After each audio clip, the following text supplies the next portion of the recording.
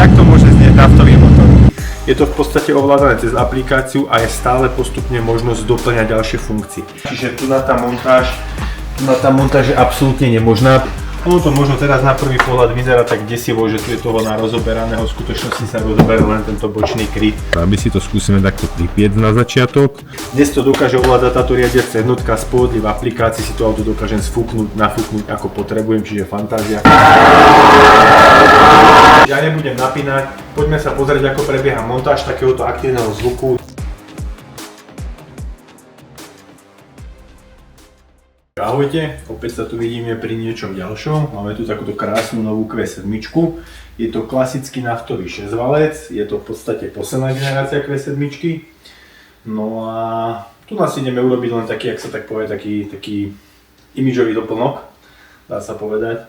Ono v podstate tým, ako sa tá doba posúva, tak aj tie možnosti začínajú byť čím ďalej také pestrejšie, iba dá sa povedať, že až neobmedzené. Jedna z nich je v podstate to, že je dnes už možné aj na naftové auto ako keby dotvoriť zvuk masívneho motora, čo v podstate ste si mohli všimnúť, s čím prišla vlastne Audi na biturbách, na prvých, kde ten zvuk bol že famózny. A ja viem, mnohí z vás povedia, že reprák, hento, toto. Každopádne, keď to biturbo ide okolo, dobre viem, že to je reproduktor, ale keď ide, tak sa takto za ním otáča. Pretože ten zvuk je famózny. No a potom s tým prišla SQ7, ktorá mala rovnako ten zvuk, že je nenormálny. A naozaj mne sa to osobne veľmi páčilo. No a tým v podstate, ak sa tá doba posúvala, tak prišli aj kvázi také aftermarketové ako keby možnosti dorábania týchto zvukov. S jedným z nimi spolupracujeme, je to firma Maxhaus, poďme sa na to pozrieť. Tu už máme pripravený aktívny sound systém.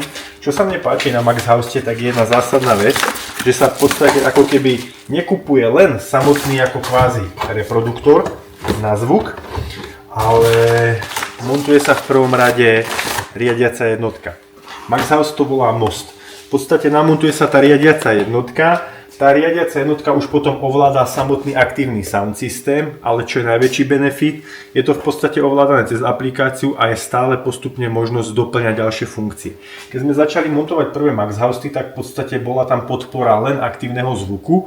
Dnes je už možné dokúpiť si vzduchový modul, čiže napríklad takúto Q7 so vzduchovým podvozkom si viete v pohodlí z aplikácie auto položiť na zem.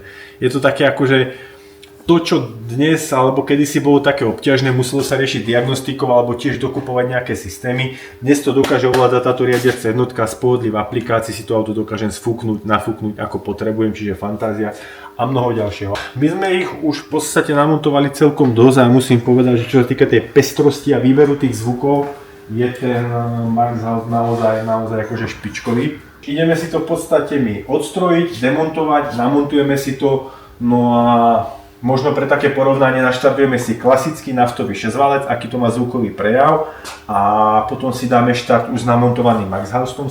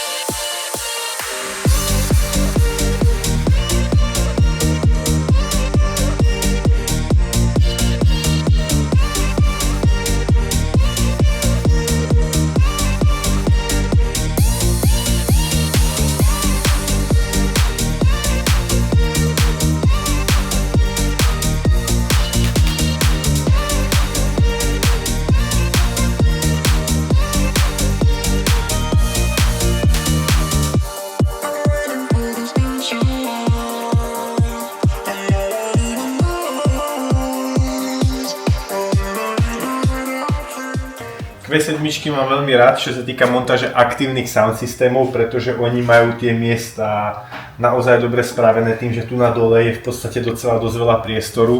Tým, že keď si zoberiem, keď mali SQ7 a podobné, tak na tej karosérii práve tam mali originálne tie aktívne také tie nádory, ktoré možno niektorí z vás poznajú na tých výfukoch, čo sú v podstate ako keby fabrické originálne tie reproduktory.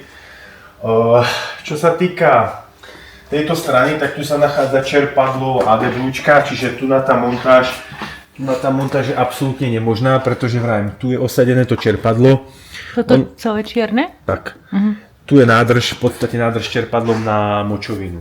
Ono vždy pri tej montáži si treba uvedomiť, že je potrebné nájsť také miesto, ktoré...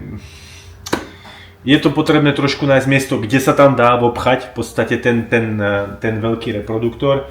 Ide o to, že ten výrobca tiež tie auta nestáva tak, že by tam úplne nechával len tak všade, kde si miesta. Preto je výhoda tieto konfigurácie, ako sú zvalcové nafty, že v podstate tu nás sú osadené tie nádrže na močovinu a na druhej strane je to prázdne, poďme pozrieť.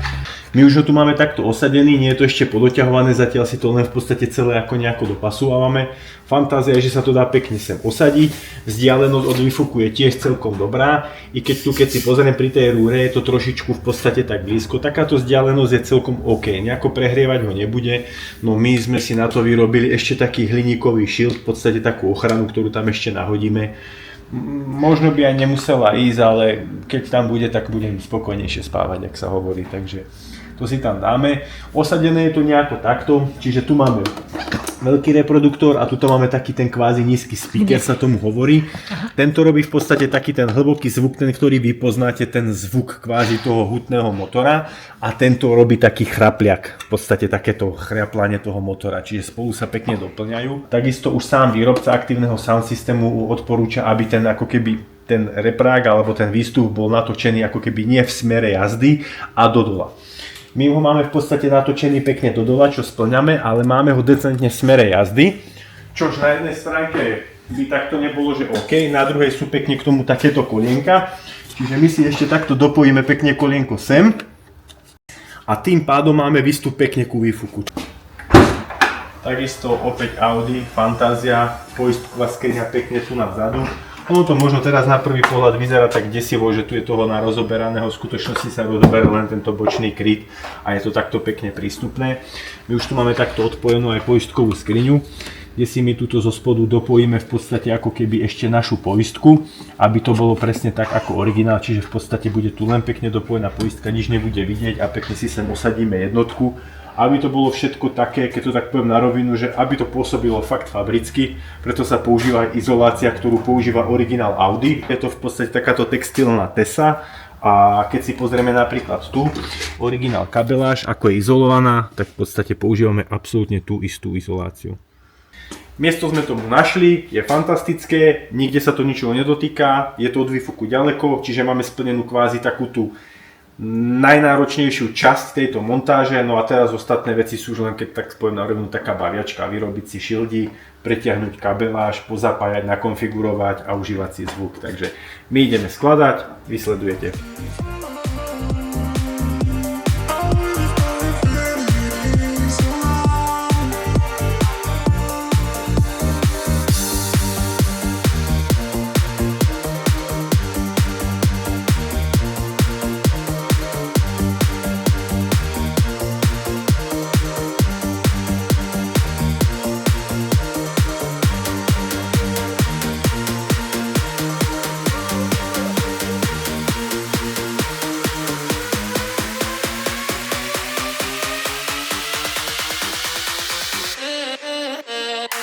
Systém už máme takto provizorne pripojený. V prvom kroku si to my pripájame takto, aby sme si ho reálne najprv otestovali, či nám všetko funguje a šlape. Je potrebné si nájsť stály plus, voľnú pozíciu v poistkovej skrini, takisto si nájsť správny canvas a všetko to popripájať. Preto vravím, že najprv sa to kvázi len provizorne popripája, otestuje, aktivuje. Ku každému takémuto sound systému sú v podstate licenčné karty, na základe ktorých sa v podstate aktivujú jednotlivé riadiace jednotky. No a potom už je to v podstate len o nejakých aktualizáciách, inštaláciách a prispôsobeniach.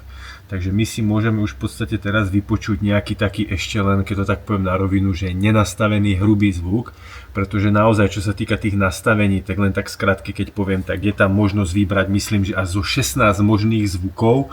Každý jeden je možno nastavovať, že podľa plynového pedálu, rýchlostného stupňa, v každom rozmedzi otáčok sa dajú nastaviť dva samostatné reproduktory, ako hlasno majú znieť. Takisto, či má auto odfukovať, čiže robiť napríklad blow-off ventil, či má simulovať kompresor alebo turbodúchadlo, čiže akože tých možností je tam tak strašne veľa, že reálne no, ja keď som si hľadal akože nejaký taký zvuk, ktorý by bol akože pre mňa úplne taký, že naozaj, aby to nebolo moc, aby to bolo pekné v každých otáčkach, tak sa priznám, že chvíľku som sa s tým pobavil. No. Takže máme v podstate takúto celkom peknú aplikáciu, ja si to otvorím a tu už vidím v podstate profily. Môžem si nastaviť, koľko chcem profilov. Do jednotlivých profilov si môžem nastaviť jednotlivé zvuky, ja neviem, napríklad jazdím po meste, chcem, aby mi to v tom meste revalo jak blázen, tak si dám v podstate prvý profil, že mi to v nízkych otáčkach reve. Chcem ísť na diaľnicu, prepnem, prípadne si tam nejaký univerzálny. Pozrieme si prvý profil. Otvorím si, no a tu už mám nastavenia, už vidím vysoký a nízky reproduktor a už si nastavujem v podstate tie otáčky, napríklad, že podľa toho ako pridávam, podľa toho mi budú v podstate stúpať hlasitosť toho reproduktora, aby si to skúsime takto pripieť na začiatok. A už potom sú tu takéto jednotlivé možnosti už v podstate, ako má znieť voľnobeh, či má znieť nepravidelne, či má byť drsný, ako skutočne naozaj, akože keď sa človek s tým hrá, tak fakt si to vie pekne vyladiť. Studený štart, koľko má znieť, či má zdvihnúť otačky na studený štart, sila, ako to má znieť, skutočne je tu toho naozaj veľa. Nebudeme sa s tým teraz zdržiavať, poďme si vypočuť v podstate taký štart.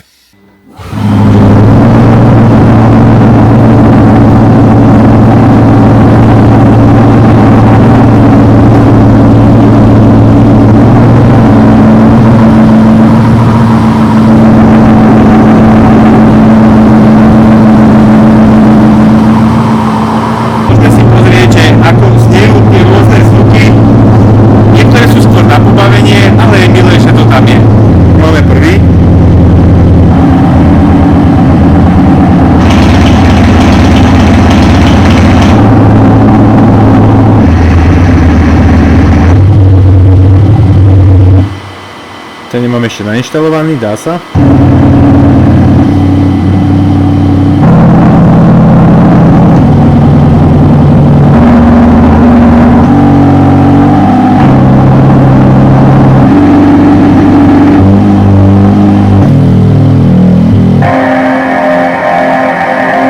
Elektrik. Skúsime pridať, čo to povie? No skús.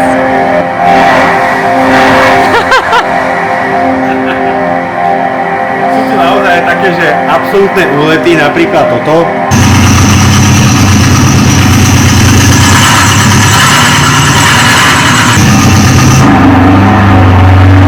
Formula.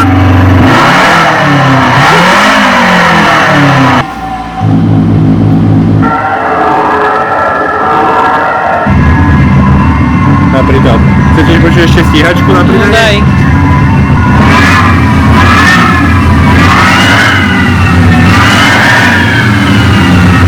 Aplikácii máte tie profily, tak ja neviem, chcem si urobiť srandu alebo tak si tam hodím takýto profil a idem jak so stíhačkou. Naozaj to nastavenie je tak pestré, že sa s tým človek musí trošičku pohrať. My rovnako spravíme túto základný test, vieme, že nám to funguje šlape, ideme si teraz upratať kabeláže, pospratávať všetko, ponaťahovať pekne tak, ako má byť, poskladať nárazník, ostatné veci.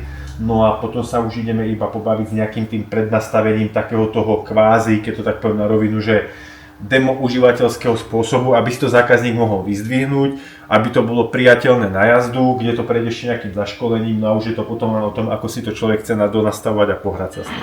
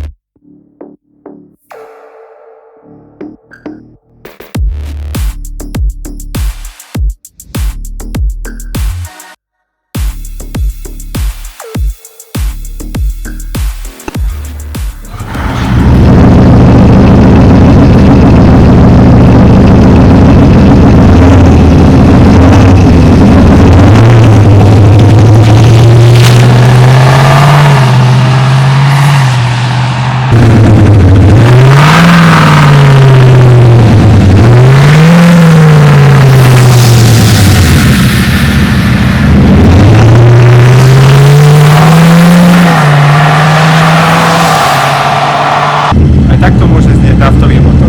Každopádne, nastavenie máme teraz také, dá sa povedať, že dosť kultivované, aby to nevyrušovalo a už to samotné nastavenie je na každom z vás. Ďakujem, že nás sledujete. Ahojte.